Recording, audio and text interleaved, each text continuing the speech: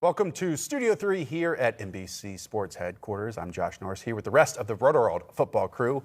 Nick, Daigle, Jesse, Pat, we draft a lot, they draft a lot. And when you reach the later parts of your draft, some people, including us, don't necessarily know exactly who to draft. So let's help the people out with some late round targets. John Daigle, we'll start with you. The easy way to assess crowded backfields is just to take the best value.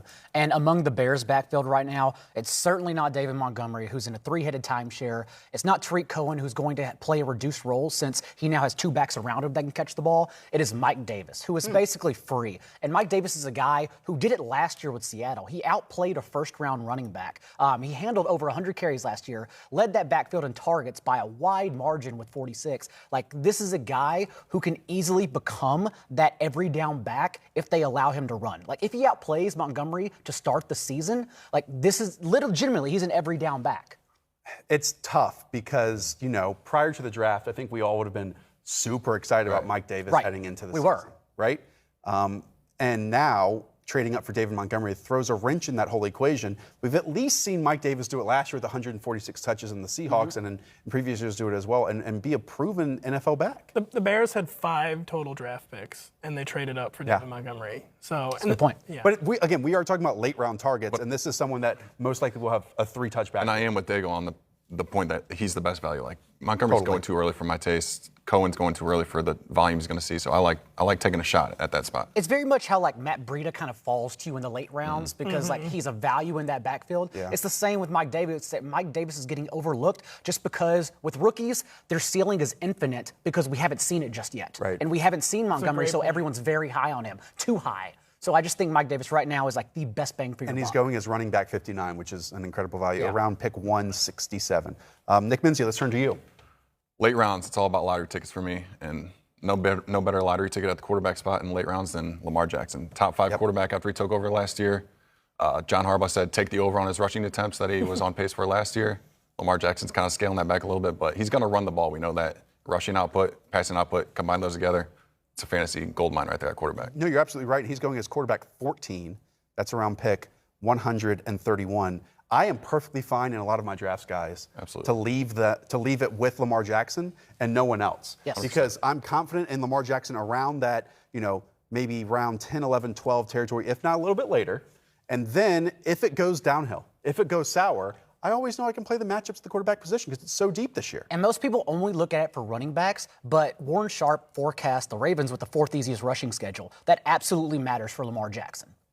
It's another one where he's going to be, no matter what, better passer than he was last year. I mean, anything you get from it as a passer is a bonus. Don't say that out loud. You can't guarantee that. I think I can. I really think I can with added weapons around him and just going from year 1 to year 2. I really, truly believe that Lamar Jackson has the potential, and you might disagree with this, to be a top 5, 7 quarterback by the end of the season. I'm right on board with you. Absolutely. Sweet. Okay, let's move it on over now to Patrick Doherty, late round target for you. You know, a tried and true fantasy trope is kind of like the post-hype sophomore, and I think Michael Gallup's just a great one this year. He was a guy, you know, as a rookie, we kind of all forecast this high-volume role right off the bat. Didn't happen, but he still finished the year with over 500 receiving yards, played better ball down the stretch, and has been someone who's just consistently hyped all offseason by his teammates, by his coaches. He's apparently in much better physical shape, rocked up this offseason, and just a really good player in what should be an improved, smarter offense with a better offensive coordinator in Kellen Moore. And there's really, you know, the Cowboys added, you know, a decrepit Randall Cobb and, you know, almost 40-year-old Jason Witten. Right. They need quality targets, and Michael Gallup can provide quality targets. I think this is also kind of like a cheap version of a Will Fuller, a cheap version of a Robbie Anderson, like someone late that you can, a cheap version of Deshaun Jackson that's going to be high variance a little bit, but maybe one of the best young downfield threats, and he's going to keep that role this season, absolutely. You saw Dak taking those shots last year, you just couldn't hit him. Right. If he hits a couple more. They were literally fingertips away every single time. Yep.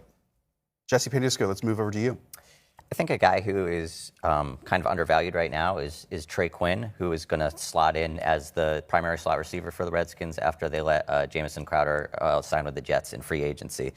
I wrote down that the Redskins' Vegas win total is 6. Only 2 teams are worse than that, the Dolphins and Cardinals. This is a team that's going to be playing from behind a lot. So I think that benefits everybody in that receiving core.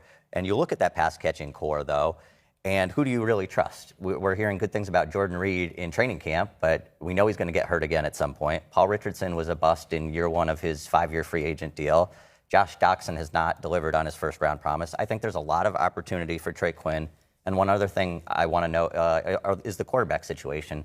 At Ohio State, on tape, Dwayne Haskins did a lot of dinking and dunking to slot receivers, a lot of screens to Paris Campbell, absolutely. And if it's not him starting week 1 and it's Case Keenum, I think that he has a strong track record with slot receivers too, with Adam Thielen in Minnesota and Emmanuel Sanders in Denver last year. My only, and I'm not trying to pick on you here, like this is just so vanilla, you know? Like it's Trey Gruden, it's Trey Quinn. He's going as wide receiver 72, but like what you're getting might be 7 catches for like a 39 yards. 660 0. You're getting your.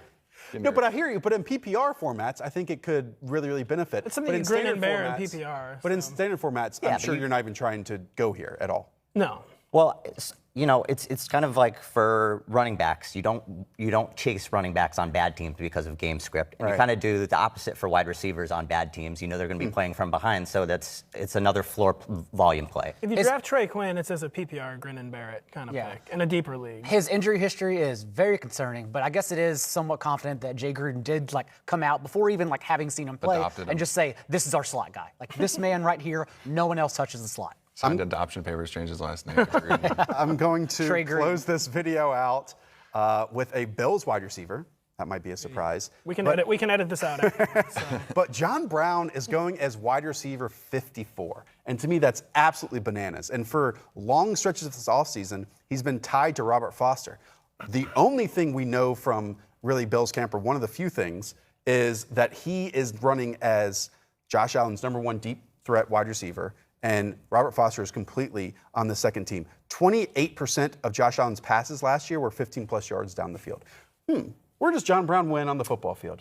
I would say down the field. He started off, and it's pretty easy to forget, very well last year. Was like a wide receiver 2, and at worst a wide receiver 3 with Joe Flacco throwing the football down the field. And then when Lamar Jackson took over, his stats completely tanked. I think at wide receiver 54, it's incredible value. Joe Flacco was #2 behind Patrick Mahomes in attempts 20-plus yards downfield last year while he was starting. And that's why John Brown thrived. And you know who else throws deep? Josh Allen. He may be really ugly throwing deep, but he throws deep. So we can forecast long, hopefully catches, not just targets. Those are our late-round targets. And for more rankings, projections, strategy, and advice on how to dominate your drafts, check out the all-new Rotoworld NFL Draft Guide. It's now mobile optimized with a new look and feel, and it's never been easier to take our award-winning advice with you to your drafts for that extra competitive edge. Just go to rotoworld.com/draft guide for more. Hi, I'm Mike Tirico, and thanks for watching. Make sure to hit subscribe for the latest news and highlights from NBC Sports.